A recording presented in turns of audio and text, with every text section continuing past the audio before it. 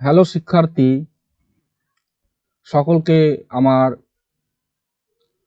Shubhankar study YouTube চ্যানেলে স্বাগত।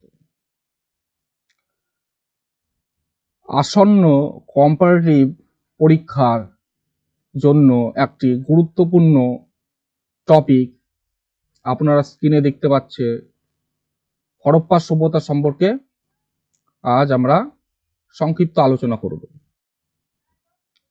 হরপ্পা সভ্যতার ইতিহাস, শিল্প, সাহিত্য, বৈশিষ্ট্য ও নগর পরিকল্পনা সম্পর্কে আলোচনা করব। এই যে ছবিটা দেখা যাচ্ছে, এটা হরপ্পা সভ্যতার ধ্বংসাবশেষের চিত্র।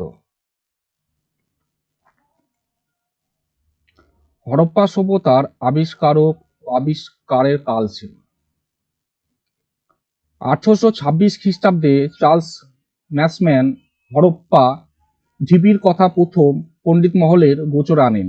এরপর 1850 খ্রিস্টাব্দ ও 1875 খ্রিস্টাব্দে ব্রিটিশ প্রত্নতত্ত্ববিদ আলেকজান্ডার কানিংহাম সর্বপ্রথম সিন্ধু শিলমোহরের সন্ধান পান, কিন্তু এর প্রকৃত গুরুত্ব অনুধাবন করতে ব্যর্থ হন।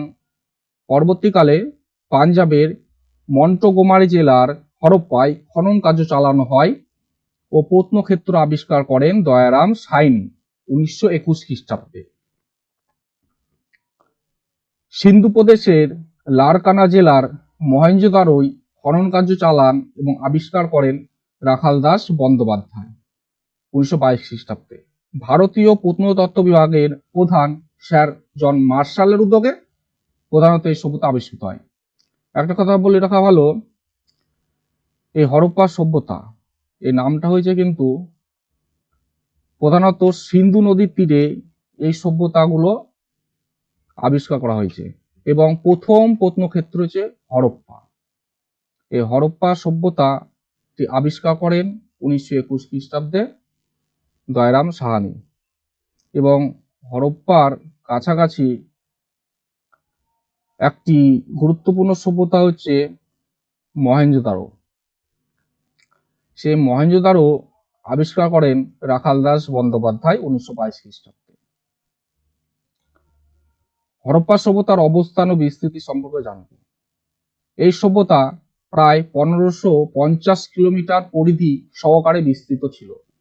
পশ্চিমে বেলুচিস্তানে সুতকা জেন্দর থেকে পূর্বে উত্তরপ্রদেশের মেরাট জেলার আলমগীরপুর পর্যন্ত এবং উত্তরের জম্মুর কাছাকাছি মান্ডা থেকে দক্ষিণের গোদাবরী উপত্যকার মহারাষ্ট্রের দাইমাবাদ পর্যন্ত এর ব্যাপ্তি। পূর্ব থেকে পশ্চিমে 1100 কিলোমিটার এবং উত্তর থেকে দক্ষিণে 1600 কিলোমিটার পরিধি নিয়ে হরপ্পা সংস্কৃতি বিস্তৃত ছিল। এই সভ্যতার কালসীমা বা প্রাচীনত্ব। এই সভ্যতার কালসীমা সম্পর্কে সুনিশ্চিতভাবে কিছু বলা যায় না, তবে প্রত্নতত্ত্ববিদ ও নৃতত্ত্ববিদগণ খনন কার্য থেকে প্রাপ্ত সাক্ষ্য প্রমাণের ভিত্তিতে ঊর্ধ্বতম নিম্নতম কালসীমা নির্ধারণে সচেষ্ট হয়েছেন। হরপ্পা সভ্যতার কালসীমা হিসাবে খ্রিস্টপূর্ব 3000 থেকে খ্রিস্টপূর্ব 1500 অব্দকেই মান্যতা দেওয়া হয়েছে। মোটামুটি ভাবে বলা যায় যে হরপ্পা সভ্যতা তাম্রপ্রস্তর যুগের সভ্যতা। হরপ্পা এই শব্দের নামের অর্থ হচ্ছে পশুপতির খাদ্য। আর আমরা জানবো মহেঞ্জোদারো শব্দের অর্থ হচ্ছে মৃতের স্তূপ অথবা মরার ঢিপি। পরীক্ষায় প্রশ্ন আসে। এই সভ্যতার স্রষ্টা, এটি যথেষ্ট বিতর্কিত বিষয়। কারো মতে হরপ্পা বা সিন্ধু সভ্যতার স্রষ্টা হলেন আর্যরা, কারো মতে সুমেরীয়রা, কারো মতে দাবের জাতি। নৃতাত্ত্বিকরা চারটি গোষ্ঠীর সন্ধান দিয়েছেন। তারা হলেন প্রোটো অস্ট্রালয়েড, ভূমধ্যসাগরীয়, আলপাইন ও মঙ্গোলীয়। অনেকের মতে প্রাচীন ভারতের উত্তর পশ্চিম অঞ্চলের স্থানীয় আদি অধিবাসীরা হরপ্পার সংস্কৃতির জন্ম দেয়। বর্তমানে হরপ্পা সভ্যতার প্রায় 1500টি কেন্দ্র আবিষ্কৃত হয়েছে। এর মধ্যে গুরুত্বপূর্ণ নগর কেন্দ্রগুলি হলো হরপ্পা, মহেঞ্জোদারো, চান্নোদারো, কোটডিজি, রূপার, আলমগীরপুর, লোথাল, রংপুর, রোজদি, সুরকুটোডা, কালীবঙ্গান, বনওয়ালি প্রভৃতি। উল্লেখযোগ্য বৈশিষ্ট্য, এই যুগের মানুষ লোহার ব্যবহার জানত না। পাথরের হাতিয়ার ও সরঞ্জামের পাশাপাশি তামা, বঞ্চের ব্যবহার করত, তাই একে তাম্রপ্রস্তর যুগের সভ্যতা বলা হয়। এখানে বর্ণ বৈষম্য না থাকলেও শ্রেণীবিভক্ত সমাজে অস্তিত্ব লক্ষ্য করা যায়। এখানে তিনটি শ্রেণীর অস্তিত্ব ছিল, একটা শাসক শ্রেণী, আর একটা হচ্ছে বণিক শ্রেণী, আর একটা হচ্ছে সাধারণ মানুষ, কৃষক, শ্রমিক, এইভাবে ভাগ করা হয়। হরপ্পা সভ্যতা ধারকগণ মৃতদেহকে সমাধিস্থ করত, কখনো দাহ করে মৃতদেহের অস্থি মাটির পাত্র করে পুঁতে রাখত। হরপ্পা সভ্যতায় স্ত্রী দেবতার পূজা প্রাধান্য পেত। সম্ভবত ঘোড়ার ব্যবহার অজানাই ছিল। নগরের গঠন পরিকল্পনা, ক্রয় প্রণালী ব্যবস্থা প্রভৃতি সুশৃঙ্খল প্রশাসনের আভাস দেয়। এটি ছিল নদীমাতৃক সভ্যতা, এটি ছিল নগর কেন্দ্রিক সভ্যতা। যেহেতু সিন্ধুলিপি এখনো পাঠোদ্ধার করা সম্ভব হয়নি এবং প্রত্নতাত্ত্বিকগণ বিভিন্ন প্রাপ্ত নির্দেশনার উপর ভিত্তি করে এই সভ্যতার বিবরণ লিপিবদ্ধ করেছেন, তাই একে প্রাগৈতিহাসিক সভ্যতা বলা হয়। বন্দর, সিন্ধুবাসীদের প্রধান বন্দর ছিল লোথাল, যেটা গুজরাট রাজ্যে অবস্থিত, বিশ্বের প্রাচীনতম বন্দর। বাণিজ্যিক যোগাযোগ, সম্ভবত মিশর, মেসোপটেমিয়া, সুমের, আক্কাদ, পারস্য, বেলুচিস্তান, আফগানিস্তান প্রভৃতি অঞ্চলে তারা বাণিজ্য করত। প্রধান খাদ্যসমূহ, সাধারণত গম ও যবে চাষি প্রধানত হতো। এছাড়াও কলাইশুঁটি, বাদাম, খেজুর, ধান, তিল, তরমুজ, আঙুর, রসুন, নানা রকম ডাল, জোয়ার, বাজরা প্রভৃতি চাষ হতো। আমিষ খাদ্য হিসাবে লোকে ভেড়ার মাংস, শুকরের মাংস, পাখির মাংস, মাছ আহার করত। গৃহপালিত পশু ও বন্য পশু, ভেড়া, মহিষ, কুজওয়ালা ষাঁড়, গরু, কুকুর, ছাগল, বিড়াল, গাধা, উট, গন্ডার, হাতি, হরিণ, বানরের সঙ্গে পরিচিত ছিল। বেলুচিস্তানের মাটির নিচে অতি গভীরে ঘোড়া চিহ্ন মিললেও ঘোড়া তখনও পোষ মানেনি বলে মনে করা হয়। খরগোশ, ময়ূর, পায়রা, হাঁস, বাদর, বনমুরগির সঙ্গে পরিচিত ছিল। পরীক্ষা আসে কোন প্রাণী হরপ্পা অধিবাসীরা অজানা ছিল, সেটা হচ্ছে ঘোড়া। পোশাক পরিচ্ছদ, সিন্ধুবাসী সুতি ও পশমের বস্ত্র ব্যবহার করত। নারী ও পুরুষ উভয়ই দেহের ঊর্ধ্ব নিম্ন অংশের জন্য দুই খণ্ড পোশাক করত। পোশাকের জন্য তুলা ব্যবহার করা হতো। প্রধান অলঙ্কার সমূহ, তামা, ব্রোঞ্জ, সোনা, রূপা ও পাথরের তৈরি নানা ধরনের হার, কানের দুল, চুড়ি, মল, কোমরবন্ধ, কানপাশা, বালা, আংটি ব্যবহার করা হতো। মাথার খোপায় সোনা বা হাতির দাঁতের চূর্ণি গুজে রাখা হতো।